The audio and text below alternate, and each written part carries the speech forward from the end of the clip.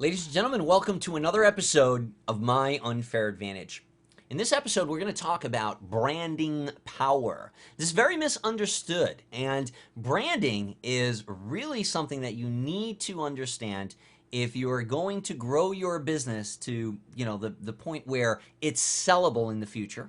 If you're going to grow your business to the point where you're basically a household name, for the lack of a better expression. Branding power for your products and your business. This is what we're going to talk about. So, why is it important? Why is it important to brand properly? Well, did you know that Fortune 500 companies invest millions and millions of dollars into the branding of their products? This is a fact.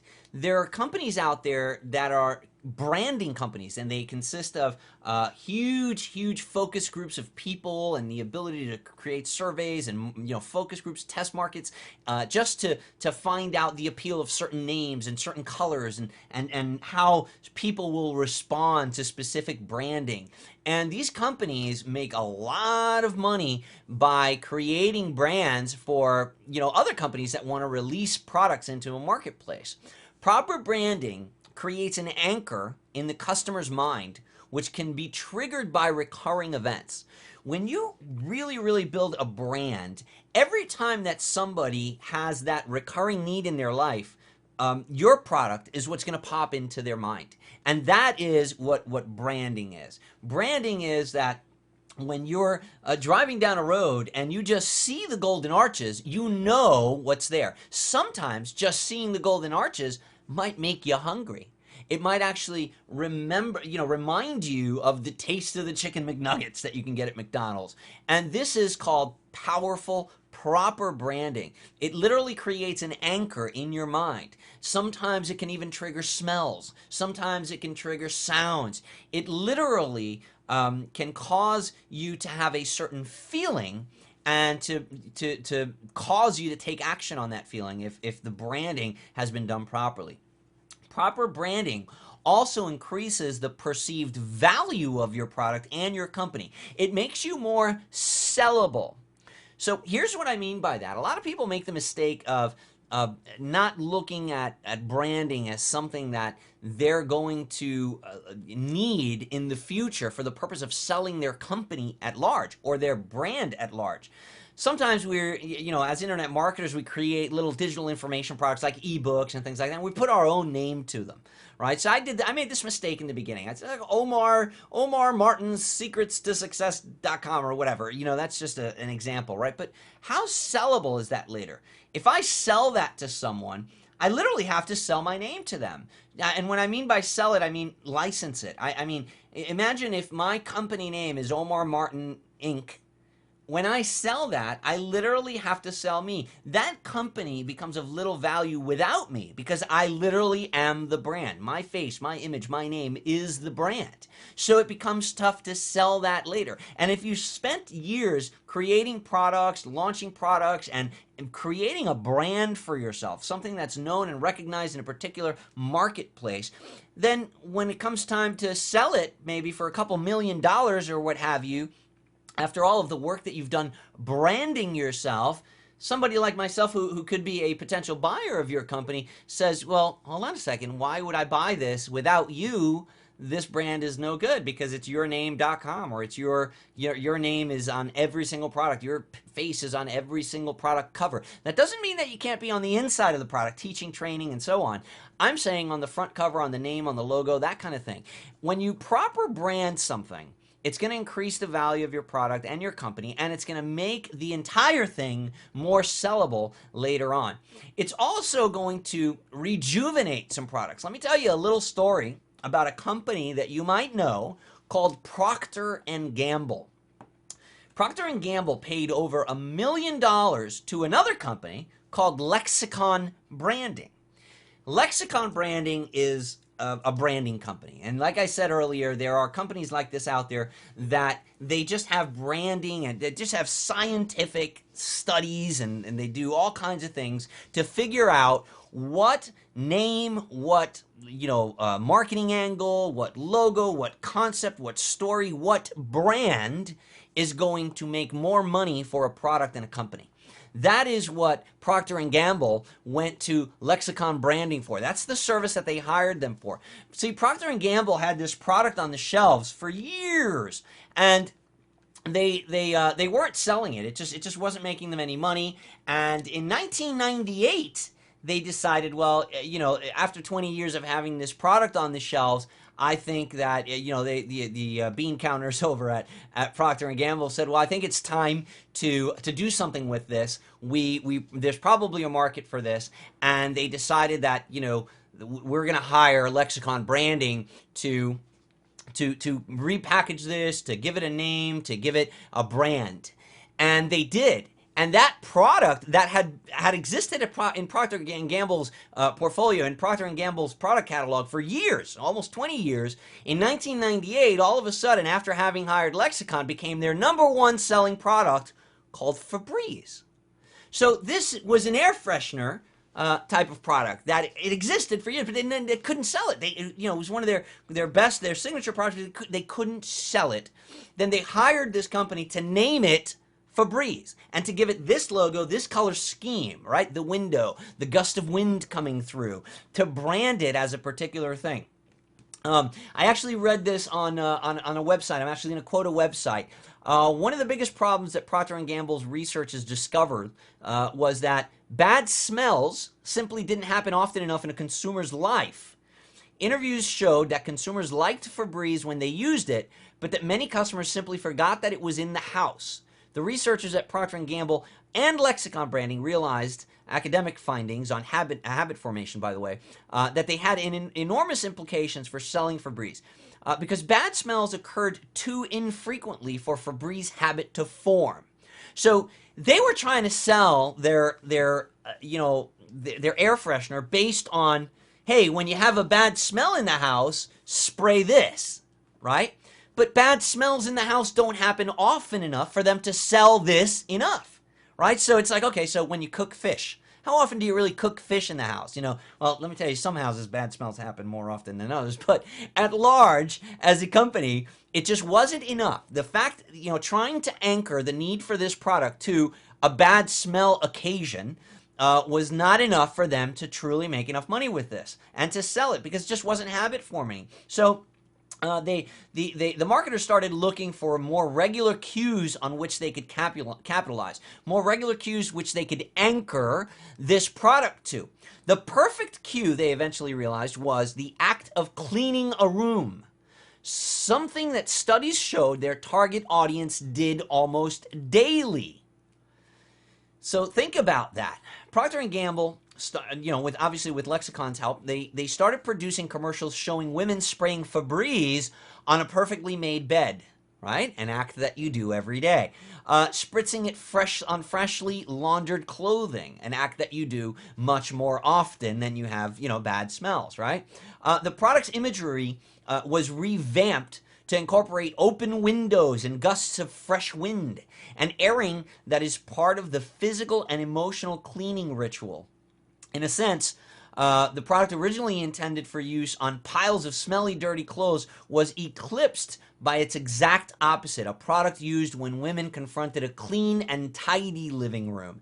And the more women sprayed, the more automatic the behavior became. So do you understand how this repositioning that took place in 1998 created a boom in this company? Febreze is their #1 brand now. It's their #1 product. They have others, which by the way, Lexicon has helped them build like Swiffer, things like that. But Febreze went from, totally dead, not making them any money, sitting on the shelves, to a brand new, literally, no pun intended, a breath of fresh air for the company, just because of the branding, the positioning, and the message, the story, in essence, that it told through their commercials and through everything that had to do with the product, okay? So here are some other brands, right, that actually that particular company, Lexicon Branding, took part in. BlackBerry. Think about that, BlackBerry. Why the hell would you name a phone, a technical device, BlackBerry? Well, focus groups they actually proved in the studies that that particular name responded better. People were just more prone to, they were happier holding the device if it was called a BlackBerry. And there's different way and reasoning behind that. I'm not going to get into the story about that one, even though it is interesting. But look at some of these other names, like names that in many ways don't even have anything to do in particular with the product itself, right? Dasani. How the heck does Dasani have anything to do with water? OnStar for General Motors, right? How does OnStar have anything to do? Well, in one way or another, the guiding light, the North Star, I guess those particular words tested well in these focus groups. Intel Pentium, DeskJet, Scion, right? The Scion car, Swiffer, right? We were talking about Swiffer earlier. So just some of the brands the name, like I said, is just a catchy short. And look at some of the things that these names have in common. They're short, they're sweet, and they're branded. So you know what Febreze is. You know what Dasani is. By looking at that logo, by just saying the name, you know what these things are because of the branding, because of the way that the story has been put together, the way that it's been connected, the way that the value proposition has been connected to the audience, and just the repetition that there's been in all sorts of media with those particular words. Okay, and this is what makes them memorable brands. So let's talk about using these tactics to create your brand. You got to remember a couple things. Your brand is not just your logo, right? So I mentioned how the logo, the colors of the Febreze, of the whole new Febreze brand, I mentioned how those things were important, and we're going to even talk a little bit more detail about color and how that has to do with logo and branding, right? But I also mentioned how important it was to anchor the situation and the time that you want that anchor to be branded into that. I mean, literally, think of what a brand is, right? When you brand cattle, when you literally burn a brand into the cattle, where you're literally branding your product into someone's brain, into the customer's brain. That is what branding means. They're forever going to remember and have that brand in their skull because of the proper branding that you did. And it's not just about the logo. It's not just about the design of the logo. It's the whole enchilada. It's the name. The way that you created the name, is it catchy? Is it short enough? Does it bring up the right imagery in the person's mind? The logo itself, was it designed properly? Is it too busy? Does it have too much stuff? Sometimes people, they create all these logos with fire and flames and things shooting out all over the place and lines, and it looks great on a huge screen, but then when you reduce it down to a website, it just looks like blurry and messy and terrible. Right? So it's the logo, the colors that you're using. Colors and emotions are very, very, very connected. Certain colors, they inspire certain feelings. Literally, colors can trigger feelings just like aromas can. So colors are important. The slogan that you use beneath your logo is very, very important because it's going to start a chain reaction of thoughts that are going to start taking place in the potential customer's mind. Positioning is another thing. So are you positioning your product as a solution, or are you positioning your product as, when you think about positioning, you got to keep in mind the reason for buying. People generally buy they buy products and they generally take action for two reasons. Now, you can break these down into a million different ways, but they generally tend to fall into two categories. They either they buy things and they take action either because they want to increase pleasure or they want to decrease pain. So they either want to make something better or they want to remove something that's bad, right? And that's all about positioning. So how are you going to position your product and your brand? Is it going to increase pleasure or is it going to decrease pain? Very important. And you need to choose one of those angles. If you try doing both of them, you're going to cause confusion, right? Anchoring. Are you anchoring to the proper event in the consumer's mind, in their life? So Procter & Gamble made the mistake of trying to anchor their product to bad smells. So hey, but it was the logical decision at first, right? Well, this thing makes bad smells go away, so let's brand the product in a way that every time someone has a bad smell, they reach for our product. But the thing is that bad smells don't happen often enough in people's lives to build a multi-gazillion-dollar brand with this product. So instead, they anchored the product to an event that happens more often in people's lives. So these are important. The other thing is the marketing. Where is the audience and how are you going to market to that audience? So yeah, now you've got the right name, the right logo, the right colors, the right slogan. You know how to position the message, and you even know what event in people's lives to anchor to. But how are you going to reveal it to them? Are you going to use audio? Are you going to use video? Are you going to use billboards? How are you going to raise awareness of that brand? And if you've followed my teachings in the past, you know that that is what marketing is. It's not selling. There's a big difference between marketing and selling.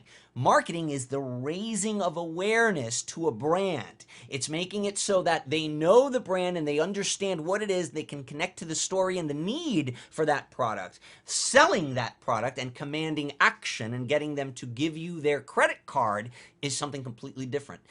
The audience. Who is the audience? Sometimes you're doing the right marketing to the wrong people. Right? So if you're trying to sell steaks in a vegetarian neighborhood, you're going to have a hard time, even if your steak marketing, positioning, logo, color, slogan, everything is awesome. So again, creating your brand is not just about a logo. It's about the whole enchilada. And it comes down to, what is the message? What is the overall message that is comprised by the name, logo, color, slogan, positioning, anchoring, marketing, and the audience itself? What is the message for your product and your company? And you need to start thinking like this when you launch brands, when you create new products in your business, even if they're digital products. Now, don't get so overwhelmed with the creating of a brand that it precludes you from taking action, which is another problem that a lot of us have in the internet marketing space. It's called paralysis by analysis. We spend so much time over analyzing things and trying to get the idea to perfection in our heads before we take one little step forward.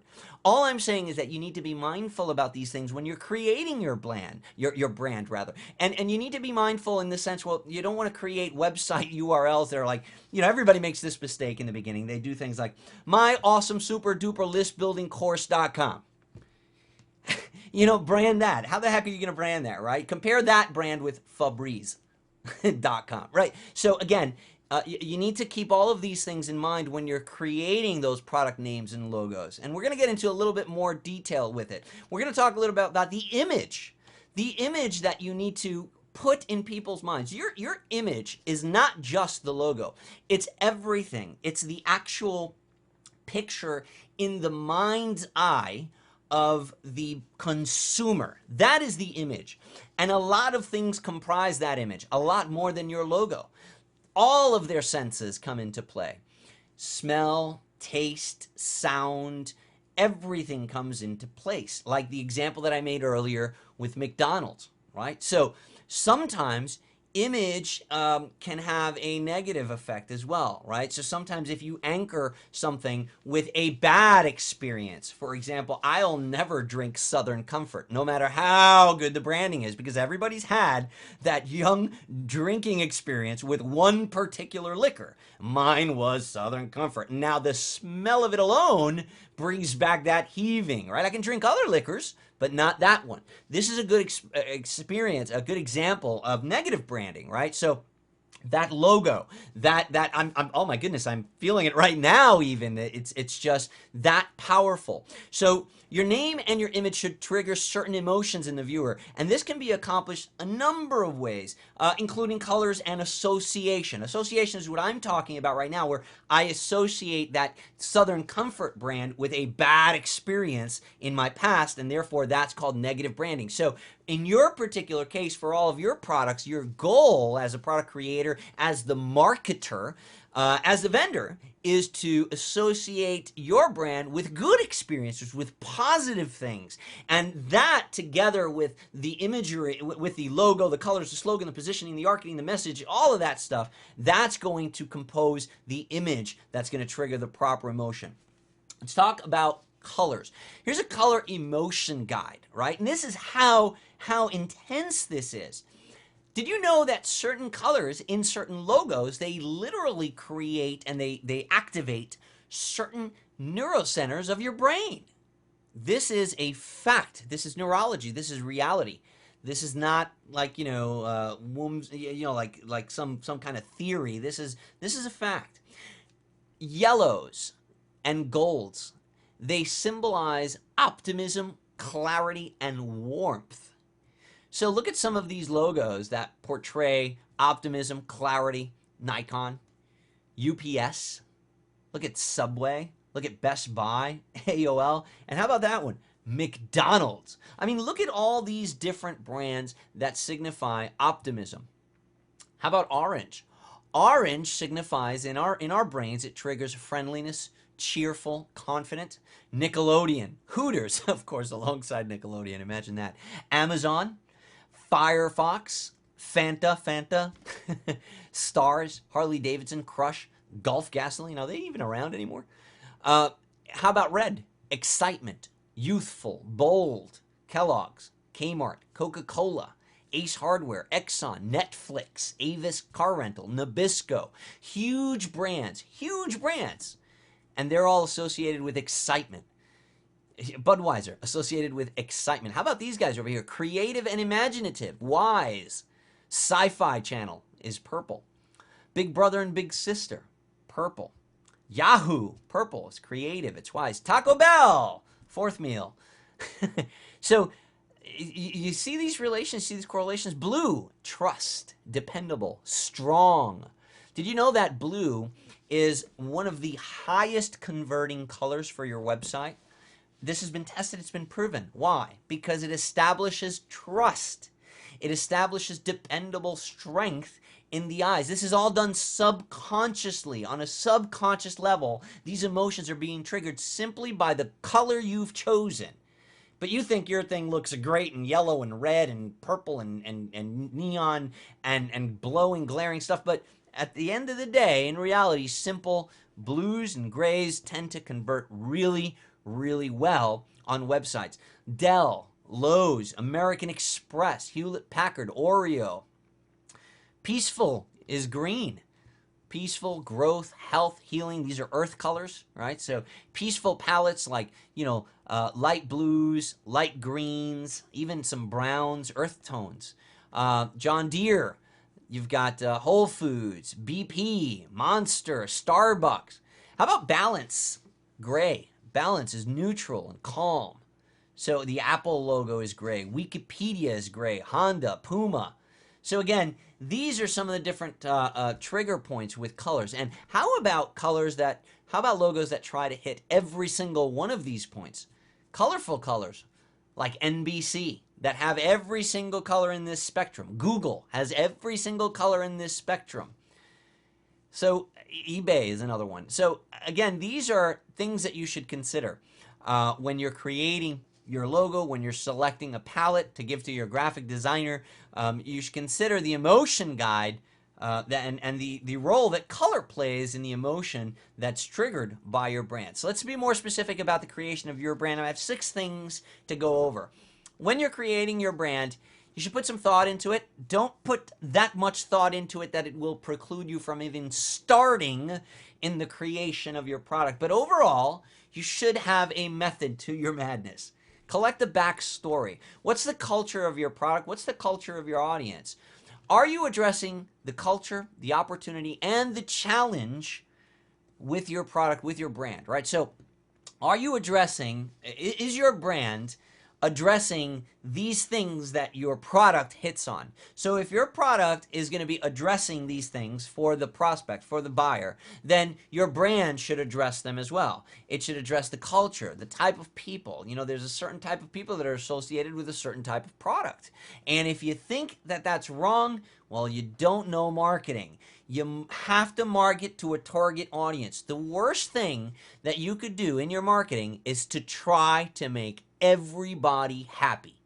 You may think that you live in a perfect world where people do not judge you and do not categorize you, but you are wrong. We live in an imperfect world, especially when it comes to marketing. People will judge you. People will categorize you. As a matter of fact, the main category that you're going to be put in is going to be either you're good or you're bad as a product, as a vendor. So you need to make sure that you're appealing to the right people. You need to put together the story of your product, and to do that, you need to make sure that you're touching on the right culture, on the right opportunity, and that you're touching on the right challenge. So are you addressing the right challenge in people's lives? Are you presenting the right opportunity in people's lives? And are you addressing the right people, the right culture? Okay? Characterize your brand. explain the values of your brand with the story, right? So essentially, remember, the brand is the overall message that's comprised by everything that we've been talking about, right? And essentially, when we're comprising a message, we're comprising a story about our product.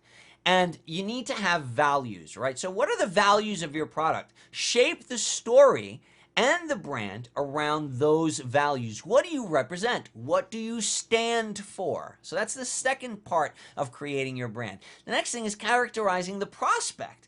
Identify their needs, because like I said earlier, it doesn't matter if you have the awesomest marketing, the story, branding, everything. If you're going after the wrong prospect with that awesome marketing, if you're trying to sell steaks in a vegetarian neighborhood going door to door, you haven't properly identified the prospect's needs in that neighborhood, okay? So you need to characterize those prospects and make sure you understand their needs. Connect the characters, okay? Now, this is important, because this is where you actually start connecting the dots. The story has to bond the characters. It has to bond them to the brand. So are you connecting the challenge, the opportunity, the culture? Are you connecting everything that your product addresses, all the issues that your product addresses and takes care of, either eliminates or enhances, right? Because we said it either increases pleasure or it decreases pain. So are you connecting those points with the characters, with the people that need them? Are you making the connection? Because just because you have something they need, and just because they need something you have, does not mean that you're presenting it in a way that they will understand it and make that connection. Okay, very, very important. And what I'm getting into there is, it's not how you say, it's not what you say, it's how you say. Okay, you need to confront awareness, comprehension, confidence, and affinity. Okay, these four things are very, very important for you to confront. You need to confront the prospects or the potential prospects' awareness. Do they know about the product? If not, you need to confront that issue, and you need to make sure that they know, that they're aware of the product's existence, of the brand's existence. Number two, you need to confront their comprehension issues of the product. Do they comprehend what it does? There is a big difference between knowing that the Golden Arches represent McDonald's and knowing that you could, and comprehending that you could buy food at McDonald's. Okay? There are two distinct differences there that you need to understand. So you need to confront their awareness of your brand versus their comprehension of your brand and what your product can do. You need to confront their confidence. So maybe once they know what your brand does, are they confident enough to buy it? Meaning, has your story, has your message connected the dots properly to give them the confidence to take action? And then once you've done those things, once you've confronted the awareness, the comprehension, and the confidence, you need to address their affinity. What is their affinity to your product? How likely are they to literally make a connection with their product, with that product, enough so to anchor it in their mind? Have you deeply ingrained and branded your message into them? Have you pushed the right buttons? Have you developed an affinity for your product in your prospect? Very, very important. And ultimately, complete the story. Connect their desires with your values. Okay, so if you've hit on all of these things, the summation of this brand is going to be by connecting your prospect's desire with your values. And once you've done that effectively and you've covered all of these things, you've built a brand that will literally trigger emotion and trigger action every time that an anchor happens in that person's life. Okay, everything you do becomes your brand. Everything you do becomes your brand. This is even more important now in the days of social media. Avoid your personal name on a product title whenever possible, especially when it comes to internet marketing. So, something like your name presents and then the name of a product. Yeah, okay. Sometimes these delusions of grandeur, we want to see our name in lights. We want to see our own name all over the place. There's a big difference between putting your name on a cover of a product as its author, on the cover of a book, than to name the book with your own name, right? So there's a big difference between writing a book and claiming authorship than it is writing your autobiography, Okay, very, very different, because one is easily sellable later and can be sold by someone other than you. And if you use your own name in a product title, it doesn't make your company and your brand transferable later. Keep titles and logos short, catchy. Don't create these long, crazy URLs. Think of Twitter. Twitter. How the hell did they come up with Twitter, right? What does that have to do with character update, with message updates and life posts and things like that? It doesn't, but it does now, because they've literally branded it in our brains that Twitter, oh, okay, I know what Twitter is. It's a website where you can type things that you're doing online and all of your friends see what you're doing, right? That's Twitter. But just the word alone, Twitter, if we were to remove our knowledge of what the site is, the name Twitter alone, it's like, what the hell is a Twitter? What does it mean to Twitter? It has no meaning on its own. They literally invented that word, right? So again, I can even make the example here of a company that I used to work for. It was a pest control company that actually has a product. They have a patented product called, well, it used to be called Tubes in the Wall. And guess what it is? It's tubes in the wall for pest control. So during the construction of houses, our company would come, and during the framing stage of the house, they would literally install these tubes throughout the wall that are connected to a port box on the outside. So later on, after the house is built, pest control becomes very easy to do from the outside. And it literally gets injected and blown through the house, through the walls of the house, from the outside, without exposing your family or your pets to any, unneeded chemicals, while attacking the bugs in the walls where they live. So what's the problem with that? The problem with that is that the name is Tubes in the Wall Pest Control. And that's just not catchy. And they needed a Febreze name. So you know what my company did? Well, rather, the company that I worked for, they went to Lexicon Branding. And Lexicon Branding came up with a name called Tayex. They just made up that name called Tayex. They did studies on syllables and sounds, and they put together focus groups, and they asked them, what does this word make you feel like? And and then they slowly came down to two words, and our company vice president chose Tayex to be the word that represents Tubes in the Wall pest control system. So now in the building community, in the home builders community, the word Tayex literally is a household word, and they understand that Tayex means pest control system. But when the word literally Tayex has no meaning by definition, they literally created the word. So I'm not saying that you have to create an alphabet and have focus groups on syllables and sounds and punctuation and all that kind of stuff. But what I am saying is that you should keep titles and logos short, sweet, and phonetically appealing. Okay, so Twitter, it's easy to say. Tayex, it's easy to say. There isn't a gazillion syllables. It's not Omar Martin, super cool, awesome, listbuildingproduct.com, right? Totally, totally different, not as memorable. Use the name, the brand, the logo. Use your brand repetitively in the right place at the right times, right? Using the brand repetitively at the wrong place can be troublesome. It will create a negative anchor for your brand. You'll become that guy, that annoying person that's always pushing things on top of people at the wrong time. It's kind of like that person that shows up to your barbecue and suddenly tries selling Amway products. Right? We're at a barbecue. We're not here to sign up for a multi-level marketing thing, and we feel a little bit like, oh my God, I got tricked. I thought I was coming for a barbecue, and all of a sudden you got a whiteboard and easel set up, and you're trying to get me to give you money to sign up for something. You tricked me. So you might have a good brand and a good product, but this isn't the right place or the right time to try to push it upon me. It's important that you use your brand and your story and the collective of things that we've spoken about in this presentation, but it's more important that you're using it at the right time and at the right place. Remember that you're guilty by association. Everything you do becomes your brand. Everything you do becomes your brand. If you are allowing your customers to become part of your social media family, to follow you on YouTube, to follow you on Facebook, on Twitter, on Google+, and on any of those other social websites out there, they're associating your daily activity and posts with your brand, with who you are, with how you're branding yourself online. If you start associating yourself with negative activities, if you start to post pictures of you vomiting over the, bar this weekend.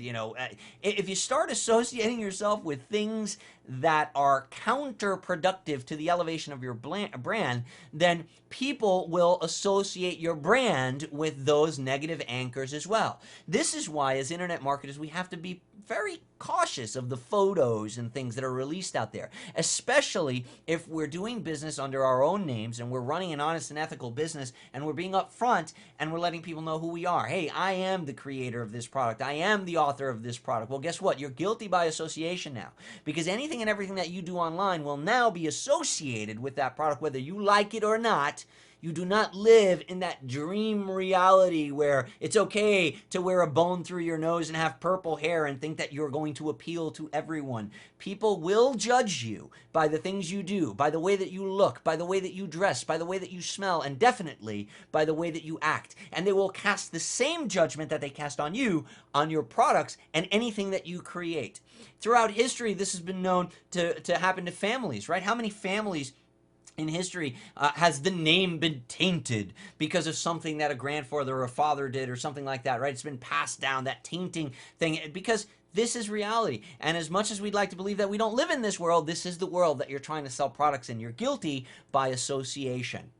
Everything you do becomes your brand. Your brand is the summation of all of its online parts. Everything you do becomes your brand, even the silly, stupid, and negative stuff. So as you're establishing yourself online, as you're creating your product, as you're thinking of that first logo, that first domain name, that first, whatever, as you're composing the brand of your company, what you want to represent, as you're constructing your message, consider all of the things that you do online. Consider all of the things that make up that message, everything we've spoken about in this presentation, and it'll help you to construe the message, the brand that you want to market, that will anchor itself in people's minds and that will recur to their conscious mind from their subconscious mind every time a particular instance happens in their lives, just like when a woman makes a bed in the morning and remembers, oh, I got to pull out the Febreze and spray it on my freshly made bed.